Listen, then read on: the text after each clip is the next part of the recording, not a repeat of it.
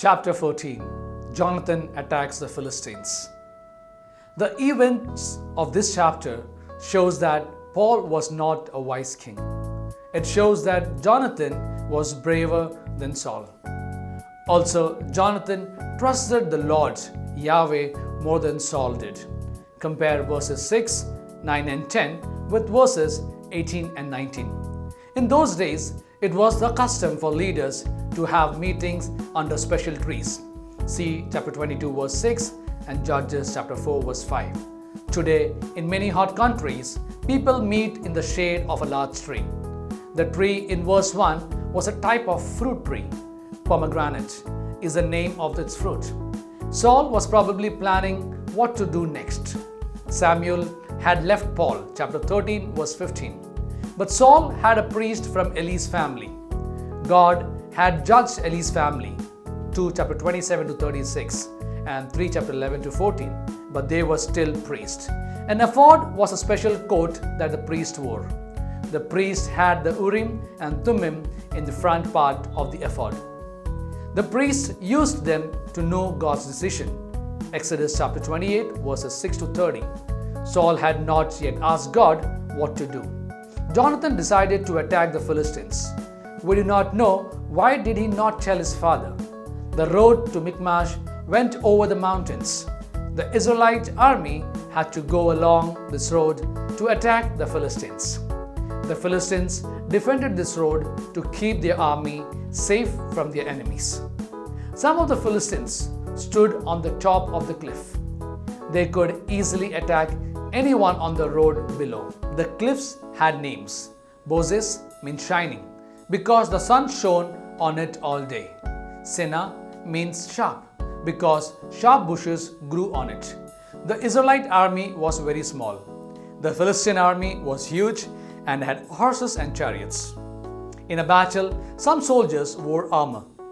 Armor was special clothes that protected the soldiers from arrows and stones, spears and swords. A soldier had a helmet, or called hat, to protect his head. He protected his body with a breastplate, a jacket with no sleeves. Sometimes he had armor to protect his legs. People made armor from metal or thick leather.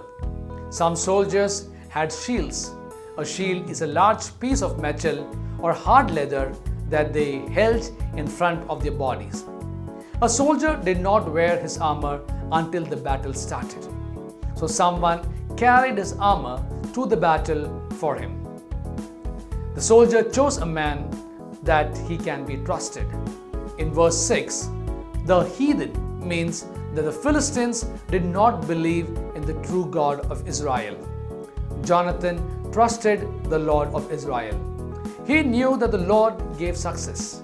Verses 8 to 11 describes the way that Jonathan discovered God's direction. Jonathan and his young men climbed up the cliff and surprised the Philistines. They killed the small group of Philistines that were on the top of this cliff.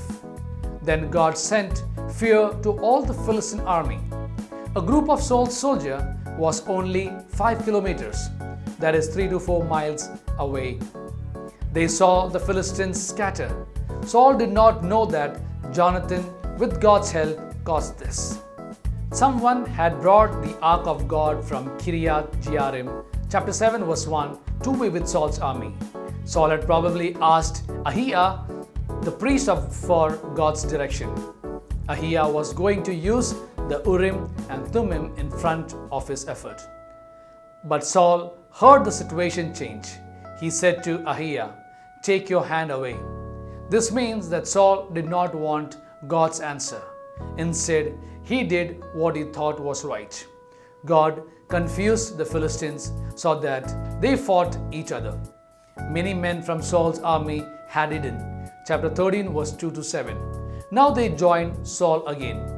Other Israelites had been loyal to Israel. They probably joined the Philistines so that the Philistines did not kill them. Now these men saw that the Israelites were killing the Philistines. So they went back to fight with Saul. Jonathan, Saul, and the army fought the Philistines. but they won because the Lord rescued them. See verse 23.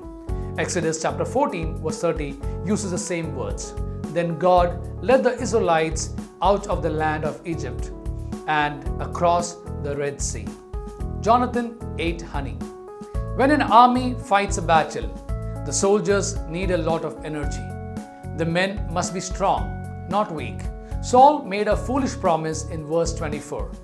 The result was that the men of Israel were tired, hungry, and weak. They were so afraid of Paul's promise that they would not even eat honey.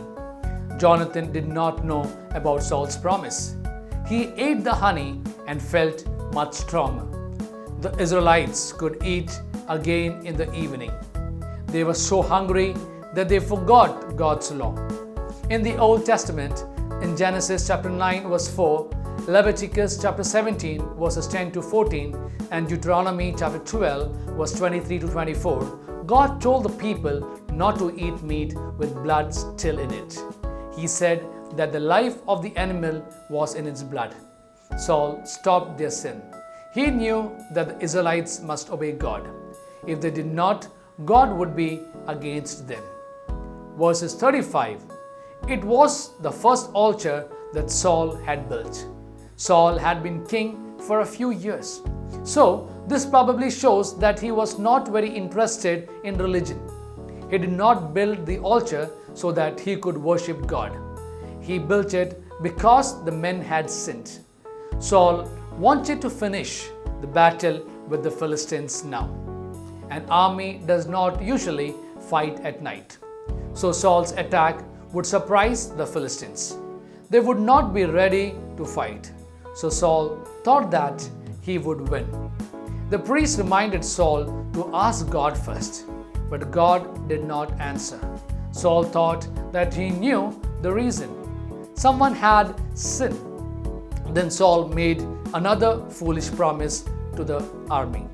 In verse 39 he said, "Even if my Jonathan has sinned, he must die." Verse 41 and 42 says, God picked. This probably happened as a priest used the Urim and Thummim. Saul was going to kill his own son. Saul had to keep the promise that he had made to God. But the men in the army knew that God helped Jonathan in this battle. They did not let Saul kill him. That day, Saul showed that he was not the wise king. The Philistine had a huge army, but God had sent fear to them. Verse 15. So they went back to their own land. Saul fights Israel's enemies. In chapter 8, the Israelites asked for a king. They wanted a king to lead them in the battles. Verses 19 and 20. God gave the people the king that they wanted. Saul fought all the enemies of Israel. Ammon and Moab were two countries that were east of Israel. Edom and Amalek were countries that were south of Israel. The Philistines were in the land on the west of Israel. Zobah was in the north. The countries around Israel had robbed Israel's land and its town. God gave Saul success in his battles and saved Israel completely. The Philistines continued to fight the Israelites. Saul always needed a good army to fight them. So Saul made all the strong and brave men join his army. Samuel had warned the Israelites about that in chapter 8 verses 11 and 12. 1 Chronicles chapter 8 verse 33 says that Saul had 4 sons, were Jonathan, Malchishua, Abinadab, and Eshbal, also named Ishbosheth. Ishvi was probably another name for Abinadab. See 1 Chronicle chapter 10 verse 2. So Ishbal was probably born after the time of 1 Samuel chapter 14.